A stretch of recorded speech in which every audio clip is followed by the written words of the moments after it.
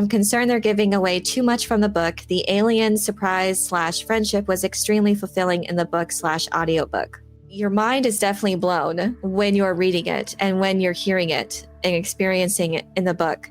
But I do feel that that's not the story, if that makes any sense. It is just beginning from that point. And it's very much a surprise because you're not expecting it. But yeah, I do feel that it was always going to be a challenge throughout the entire marketing campaign to keep Rocky out of it the whole time, because he is half of the story. And that was always going to be a very delicate situation. Honestly, I feel that now that I've thought about it a bit more, I think maybe general audiences would have kind of mistakenly thought that it's just a generic astronaut in space survival movie. And we've seen movies like that quite often. And maybe they thought it would be a ripoff of Interstellar or Gravity or something like that. I can't complain because I want to see all of this stuff and I can't wait. I feel like it's an eternity until March comes around. But I already saw people looking at it as just your run-of-the-mill space survival story, even with Rocky, even with that reveal. I think it's definitely a very tricky situation because on the one hand, yes, that was a mind-blowing reveal in the book, in the story.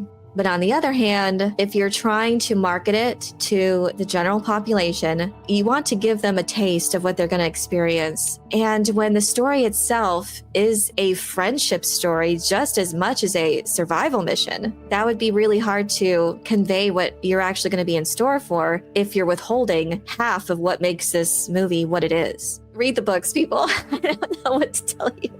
And especially nowadays, maybe if this was 10 years ago, I would say they would be in a better position to withhold something so huge like that from a film's marketing. But nowadays, nothing is a guarantee of a film's box office success. So in a perfect world, they don't need to show Rocky and they can just tease it's a high stakes humanities survival story and they don't show him at all. And in a perfect world, you'll just be blown away in the theater and the movie will do well financially. But unfortunately, I think more and more studios are just coming to the conclusion that no film is safe. Famous IPs aren't safe. Star power, that doesn't guarantee a success. I feel like they probably thought they couldn't take chances. I want the movie to do well. I want films like this to do well financially, but streaming and a stream of movies, blockbuster films that are just bad movies that have gotten audiences being more particular and prices going up. The movie experience is just so expensive. People are just going to be more picky and they'll just say, well, it's going to be out in streaming soon, I'm sure anyways. So it's just a necessary marketing step. That's just where we are as far as movies today. It's never a guarantee the movie's going to do well. I do agree that I wish the first trailer would have been more of that tease and not show Rocky. I think it would have been really cool just to see, maybe just leave it at his ship. But even then, that's revealing the surprise. But I think that would have been just a really cool tease and your imagination could have just run wild with what it was and what could you expect to come out of a ship like that.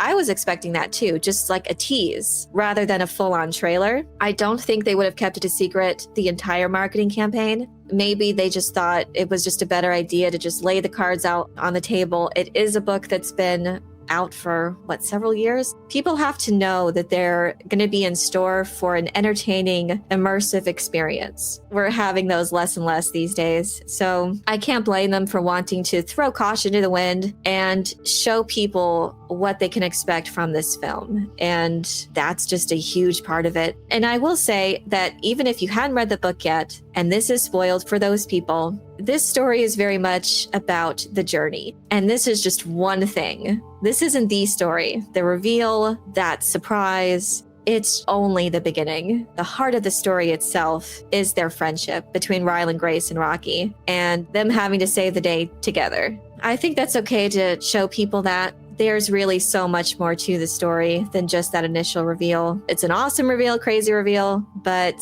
you're in for an awesome ride. And obviously, hopefully people will read the book if they haven't. I mean, with social media, the internet, there is no way. Even if the movie did come out, people would have spoiled it right away. So it would have been out there no matter what. Initially, when I was reading it, that was such a cool reveal. Definitely not something you were expecting. But after that, that's when the story really begins of how they have to communicate. And then how are they going to figure this problem out with the son dying? How are they going to figure this out by themselves and together when they're so different? That's the story. And that's what's so human and wholesome and something that I think will really connect with people. I think that's what's really going to drive people in.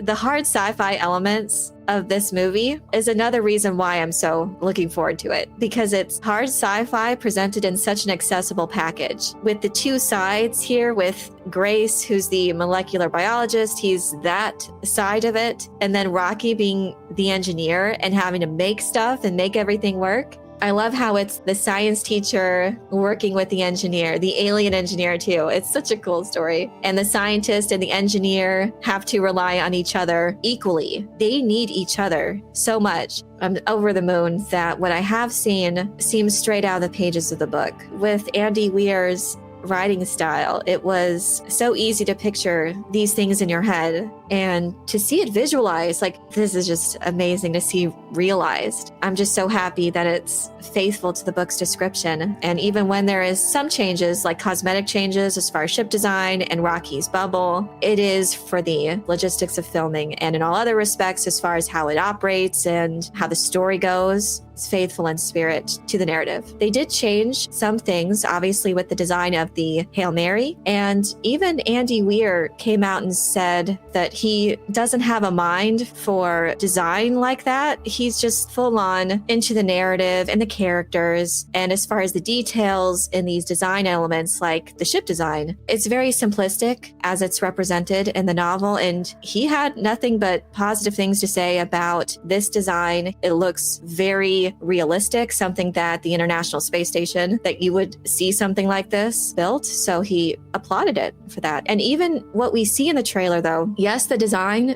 is different, but then we also see elements that are very much pulled directly from the book. We actually saw the process of the ship changing to activate gravity, the centrifugal force. So this looks like the middle section coming out, and it is very similar to the book illustration. So in all other respects, besides the design general, how it works is very much exactly like the book.